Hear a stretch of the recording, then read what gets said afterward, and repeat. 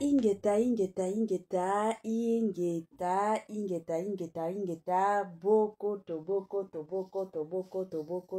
to bandeko na ngai, bokota, bakota kakaka, kokota se kokota, bakota kakokota ya kokota bandeko na nga, kaka ndenge biso nyonso toyebi na ndenge moko ya somo, na ndenge moko ya kosakana te, na ndenge moko ya sukai na penza pas possible.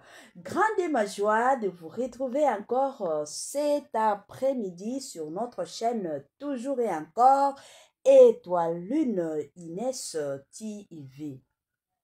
Salut chers Bouchou, salut chers abonnés, salut chers connaissances, salut surtout les amis de Étoile Lune Inès TV.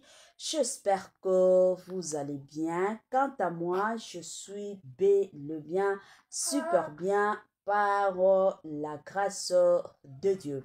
Chers Bouchou, chers abonnés et chers connaissances, yalelo toye lisusu bande konanga ka ndenge toye pisarabino soki ya koloba ezali toko ya koloba soki ya koloba ezali te moyen to ya koloba ezate pe ekotikala ko za late bande konanga lelo oyo to memeli bino des sujets bande konanga toza na sujet moko ya mama Olive Lembe Kabila ke pasa lisusu na mama Olive Lembe Kabila après liwa ya Pape François bande konanga ezali kambo. De l'autre côté toye lisusu na dossier ya Joseph Kabila Kabange, arrivé à Joseph Kabila Kabange na Swaziland bande konanga ke pasa ba dossier ezali makambo ya somo ezali lelo oyo le 25 avril 2025 toujours et encore.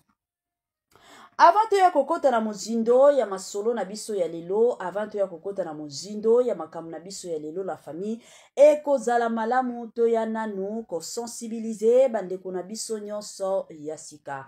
En tout cas, si c'est la toute première fois ya kokota penza na chaîne na biso, chaîne moko kitoko, chaîne ya ba analyse somo, chaîne moko ya ba information pas possible. Je vous prierai surtout de vous abonner massivement. Abonnez-vous. Cliquez aussi sur la cloche de notification pour surtout recevoir les nouveautés de notre chaîne. Aimez la vidéo, la famille, commentez et partagez et kosala biso oyo penza tolobaka na biso chaque jour, chaque minute et pourquoi pas chaque seconde. Tokos makasi.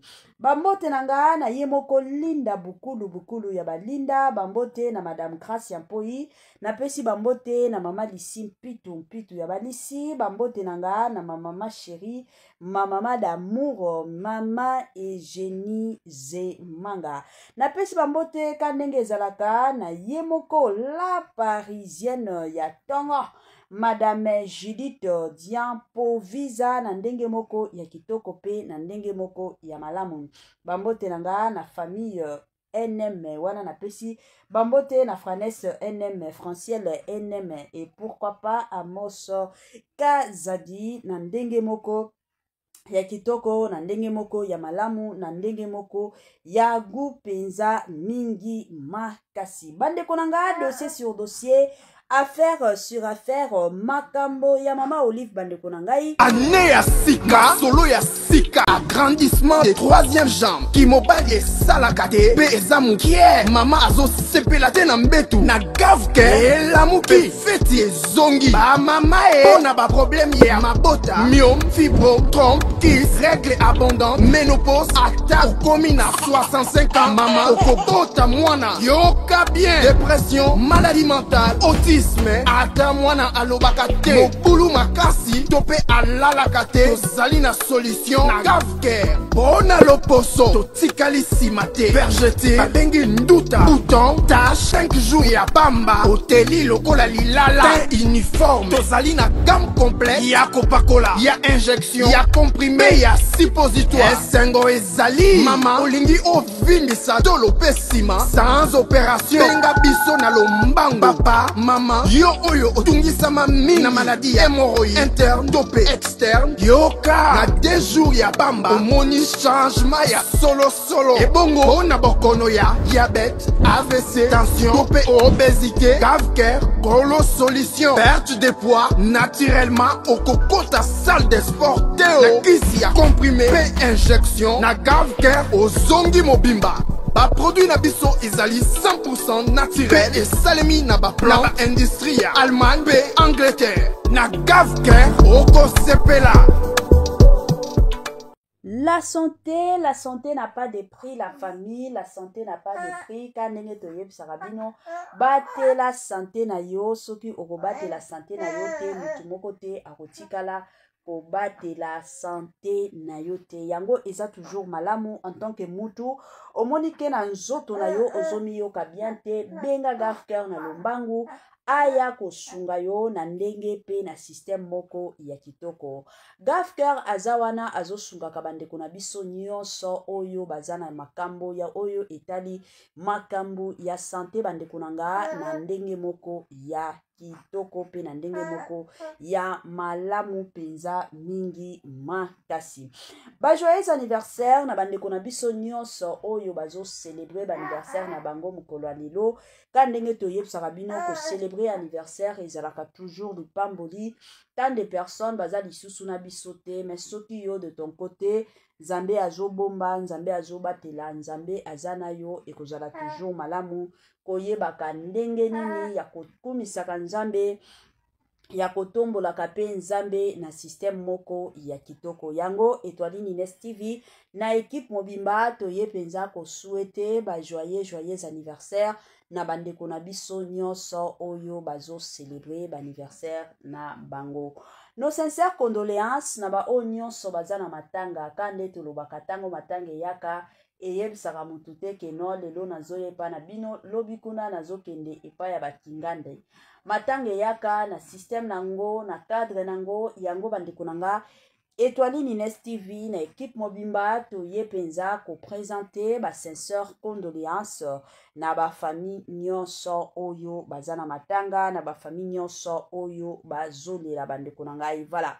Lelo toyeli bino mama Olive Lembe toza lisusu na dossier ya Joseph Kabila Kabange kaka ndenge zalaka Kabila Kabange na Swaziland bandeko nanga kepasa. Avana kota na dossier ya Joseph Kabila Kabange ekozala nanu malamu natiela bino nanu dossier ya mama na biso Olive Lembe Kabila tolandango na bukebi nyonso et après tokozonga tokokutana lisusu pona ko continuer analyse na biso tolanda et on se retrouve juste après. Sans doute, la foi en Jésus-Christ comme seul Seigneur et Sauveur de sa vie est-elle la boussole de Marie-Olive Lembe Kabila, disposée à la mettre au profit de sa nation en vue de préserver cette terre bénie des dieux.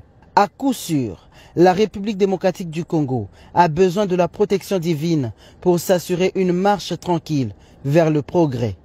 C'est dans cette logique qu'il faudra certes replacer le voyage qu'elle effectuera à Rome pour se ressourcer auprès du souverain pontife de Rome, le pape François. À la tête d'une forte délégation, la première dame de la RDC sur la place Saint-Pierre de Rome est l'invité spécial du pape François à l'audience publique de chaque mercredi.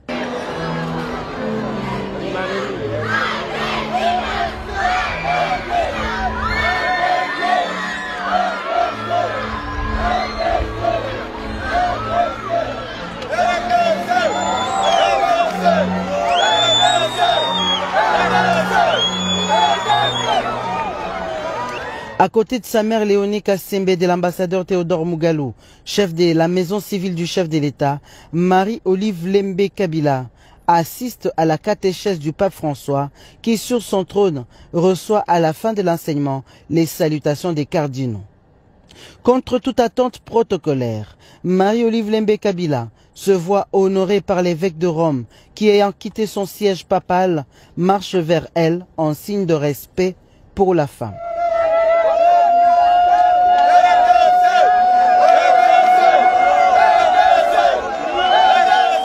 Pendant une bonne vingtaine de minutes, le père accorde une oreille attentive à sa fille. L'entretien est visiblement familial et détendu pour se terminer par un geste rarissime dans les us et coutumes papales.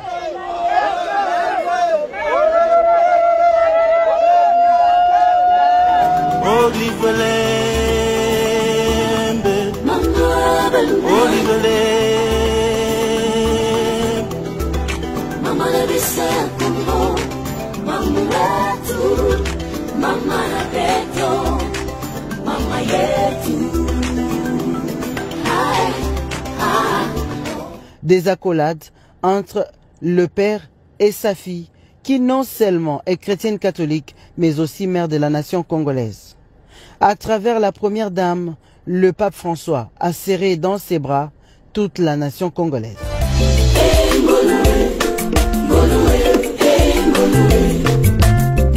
Olive, femme de prière et de conviction, porte haut la voix de douleur de la RDC, son peuple, qui a tant besoin de la couverture des prières du pape François. J'ai apporté un message venant de notre peuple, du président de la République. En communiant comme ça avec le pape, il y a une lueur d'espoir. Parce que combien voudraient le rencontrer et avoir surtout cette faveur de pouvoir l'embrasser pour moi, représentant aussi tous les autres chrétiens catholiques, nous l'avons fait ensemble. Mission terminée. Marie-Olive Lembe Kabila regagne le pays. À l'aéroport international de Njili, une surprise agréable l'attend.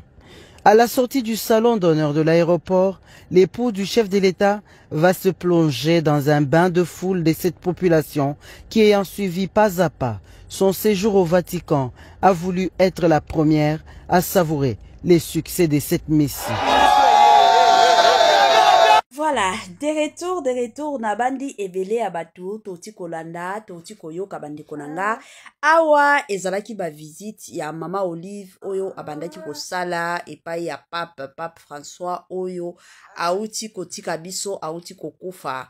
Tant de personnes bazomituna est-ce que mama Olive azo ya tata ya kolela to eza ndenge nini bande konanga surtout na minute oyo na moment oyo c'est un peu difficile ya komona mama Olive mingi ndenge to bando mona ekala. Pourquoi je dis ça? Parce que ebele abatu déjà boyo kabarimer oyo ezotambola sur les réseaux sociaux plutôt ya makambo oyo kena bakangaki minduki na kingakati bakangaki bateni ya basoda ya ba M23 na kingakati ba makambo ezalaki mwa ebele yango bandeko na nga na minute oyo ka ndenge boyebi de leur côté pe bakolinga babate la réputation na bango de leur côté pe bakolinga ba mi pesa na public penza makasi te eza mwa bongo mais kolela.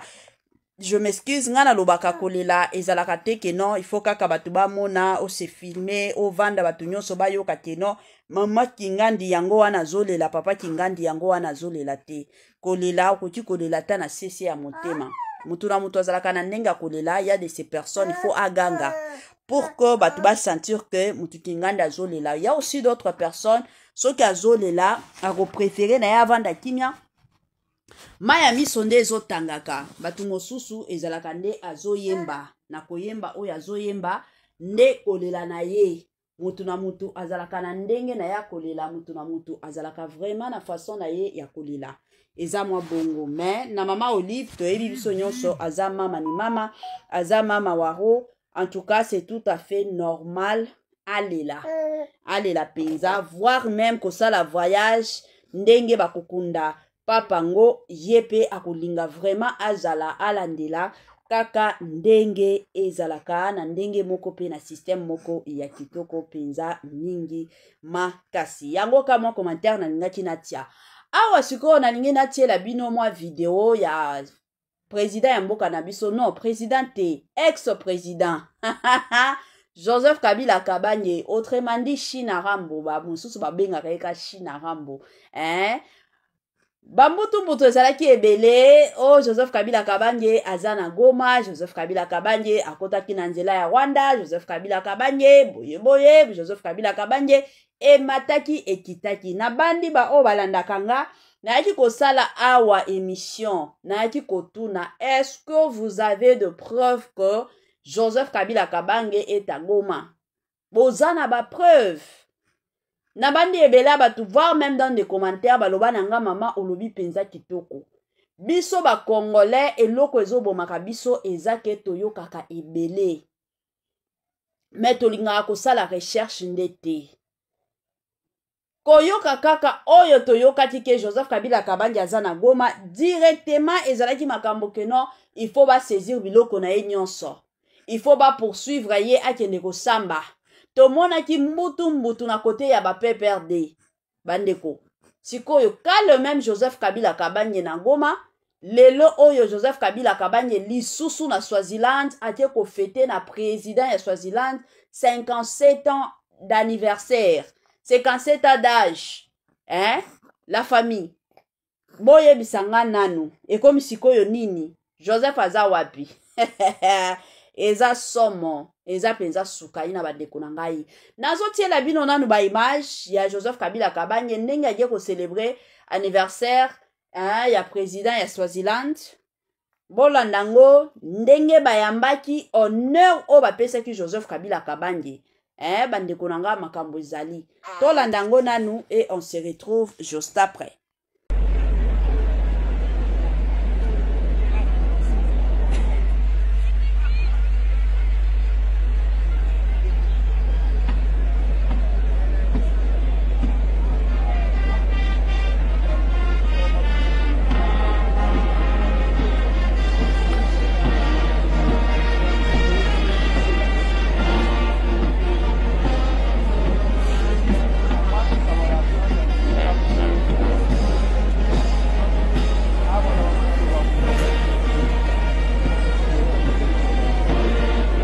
Ladies and gentlemen, we're witnessing the arrival of the former president of the Democratic Republic of Congo, President Joseph Kabila. Nebengos lenhle sesibonile ke lapha ukuthi kungena former president we Republic of the DRC former president Joseph Kabila naye udile la kulomsebenzi njengoba sibona nje Nebengos lenhle uyazobavusela naye lapha former president Jacob Zuma. Masatlamana sibeke isimbimbi semaflake emoyeni kuhlabela sayelise kanye nebendi nangabe uphethe iflake isicela kubona iflake impimba khona emoyeni njengendlela ekhayalisa masatlamanhle. Let us continue to show our appreciation and celebration with the waving flags.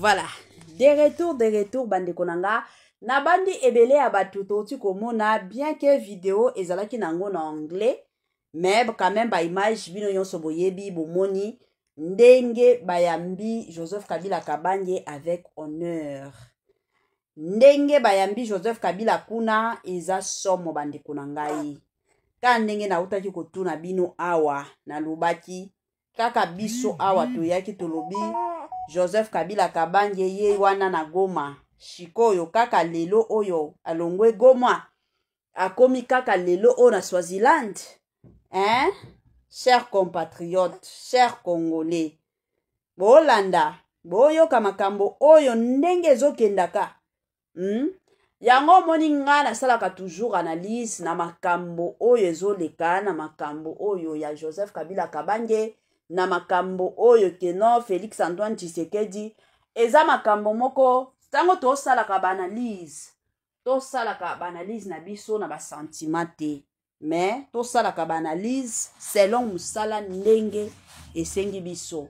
Je sais qu'il y a tant de personnes tosalaka banalise pourquoi parce que na impressionné ba mona keno mutu kinganda mona keno na kumisaka ye na tombolaka ye comme ça bakolukanga moi quelque chose kozanga te mais soko osala musala pona bongo un jour okoya ko se retrouver okomi kotima. Pourquoi? Parce que osala musala pona ko impressionner mais plutôt sala musala oyo esengeli ke osala. S'il y a des analyses à faire sala ba analyse oyo esengeli sala ba analyse oyo kozala bien ngana lobaka toujours ndenge toza boye toza na pays moko oyo tobengaka démocratie tango tobengaka la démocratie toyebi ke mutu aza libre ya kokende kopona président oyo nyonso asali nini alingi eloko ngati lelo nalobaka mpona Corneille Nangaa ezalaka kaka ke oza na besoin ya koloba ke non un jour yo pe ozala président ya mboka ya Congo ekozala malamu zela mandat ya actuel président son excellence Félix Antoine Tshisekedi mandat na ye esila tango mandat na ye kosila wana yo pe okotisi tango tokokoma na ta ya ba vote ba élection ale okotisi pe kombo na yo soki okozala chance batu bako voter yo gloire au Seigneur batu ba voter yo mais soki chance kozala te batu bako voter yo te komitungisa pe te kolela pe te ke no batu bazo voter nga te eza bongo na makambo nyonso ezokota na kote ya Joseph Kabila Kabange Joseph Kabila Kabange yende komanda ya ba M23 Joseph Kabila Kabange yende Joseph Kabila Kabange aza Rwandais. Est-ce que vous avez des preuves ya makambo o bolobaka boza penza na ba preuve ya makambo kolobaki non oui c'est vrai Joseph Kabila Kabange azalaka Rwandais biso ba Congolais en tout cas nga na lobaka toujours Congolais président nyonso kovanda na kiti ya bokonzi pona Congolais président wana azalaka mabe président wana soit ayebaka musala te soit président wana aza mayele te soit président wana aza Congolais te wana ezalaka je m'excuse makambo ya biso ba Congolais eza pe makambo oyo ezobomisaka biso au lieu tozala concentré tozala focalisé ya koloba ke no Congo na biso ekende liboso mais biso ba Congolais tolingaka ba futilité makambo oyo eza na sens te makambo oyo ekosunga biso na eloko moko te yango nde biso ba Congolais tolingaka kolata tolingaka kotia na motu tolingaka penza kotia na motema wana penza eza ba biso ba Congolais Congolais lamuka longwa na ba distraction oyo ezangi mutu na makolo Congolais lamuka longwa na ba makambo oyo keno na yokaki balobaki makambo wana ya na yokaki balobaki nde makambo oyo ezobomaka tant de personnes lelo mais tandis que soki oza mutu keno ndenge ezalaka ozolandela balobi nini namoni nini ekozalaka malamu penza mingi malamu penza ya kosakana te ezosala pasi penza ya makasi bandeko nanga en tout cas na osenga na chers compatriotes chers Congolais to lamuka to servir Congo na biso na ndenge moko bien sala musala na yo na ndenge moko bien soki nzambe aye alobaki ke akomona yo na nzela peut-être ya ba analyse na yo gloire au Seigneur soki pe nzambe akomona yo te ata soki oye awa na ba réseaux sociaux pona kopakola batu mafuta okotikala kokutana na mutu munene te pe okosalaka makambo malonga te eza bongo bablo mosusu il faut vraiment tolobaka donc na minute oyo Joseph Kabila Kabange direction Swaziland nde place azali kuna nde ake ko célébrer anniversaire bandeko nanga kandenge ezalaka ake ko célébrer azana libre ya kotambola azana libre ya kokende bisika nyonso oyo ye amoni keno lelo na kokende kuna lobi kuna na zokotela kuna lobi kuna na kosala boye lobi kuna ekozala boye lobi kuna ekomata lobi kuna ekokita azokende na ye ba voyage na ye ya kilikili bambongo na ye azana ngo mutu akopekisa voyage na ye azate mukutu pe ya koboyela ye voyage azate donc azokende na ndenge ye moko amoni keno il faut na voyager il faut na kende il faut na sala boye il faut na mata il faut na zonga il faut na kita donc aosala ba makambo na ye na ndenge na ye eza mwa bongo wana eza vie ya Joseph Kabila Kabange eza penza vie na biso te pe tokoya kotia pointer sur ba voyage ya Joseph Kabila Kabange sur vie na ye tokotikala kotia pointer eza bongo aza libre ya kosala ba voyage ndenge alingi eza bambongo na ye kaka ndenge nautaki kolobaka ndenge nautaki kobetela bino masolo awa eza bongo Joseph Kabila Kabange à Swaziland lelo vendredi lelo le 25 ake ko célébrer anniversaire ya président ya Swaziland bandeko nanga na ndenge moko ya somo na ndenge moko ya kokama voilà Quand ndenge boyebi chaîne na biso eza chaîne moko ya bana nzambe, chaîne moko ya ba conseil, chaîne moko toyaka kosala ba analyse, chaîne moko toyaka kobetila masolo bandeko na nga lelo oyo na ye ko profiter pona koya kopesa moi quelques conseils quand toyebi biso nyonso tant de personnes bazobala lelo, tant de personnes pe bazo divorcer lelo. Babalani lobi kuna bakomi kosenga divorce. Pourquoi? Parce que tango tobala naka, il y a de ces personnes au bazouaka conseil à famille, il y a aussi d'autres personnes oyo batiaka conseil en considération te. Yango nga penza nazalaka contre makambo ya divorce, mais nalingaka toujours koya kosunga bandeko na biso oyo baza na posa ya conseil, baza na besoin to sunga bango surtout na ba plan pe na ba côté nyonso. Voilà. Conseil nanga ya lelo nazopesa conseil epa ya mibali nalobeli ba mama mingi ya turo yo ya lelo penza na ye kopesa moi conseil nanga epa ya mibali. S'il vous plaît mibali tango bobalaka basi ezalaka ba famille na bino nde ebalelaka bino basi te, mais bobalaka basi parce que bino moko bolingaka basi na bino. Soki mobali yo mobali lelo oyo ndimi ke non il faut na bimisa mbongo ya mutoki nanga, il faut na zwa mbongo oyo na nyokola na inyokola nga na bala mwasi, c'est parce que bozalaka na bolingo. Alors tango bozobalaka basi bobalaka pona bandeko na bino te, boyebaka ndenge nini na kodefandraka basi na bino na bafamille na bino. Ezosala pasi lelo oyo komona mwasi abalani na mobali, me famille ya mobali ekomi kofingaka mwana batu na ndenge moko somo. Ezala mwasi wana aboti, ezala mwasi wana aboti te. Omona kaka ba belle famille ezalaka toujours makambo mindondo na basemeki na bango. Et la plupart de cas batu oyo bazalaka la base ya makelele oyo ekotaka entre ba belle famille na ba belle fille ezalaka mibali. Mibali ebele bazalaka toujours et encore à la base. Pourquoi? Parce que moi likambo muke baswani na mwasi moi incompréhension muke na ndako bala moko asi apesi rapport epa na bango.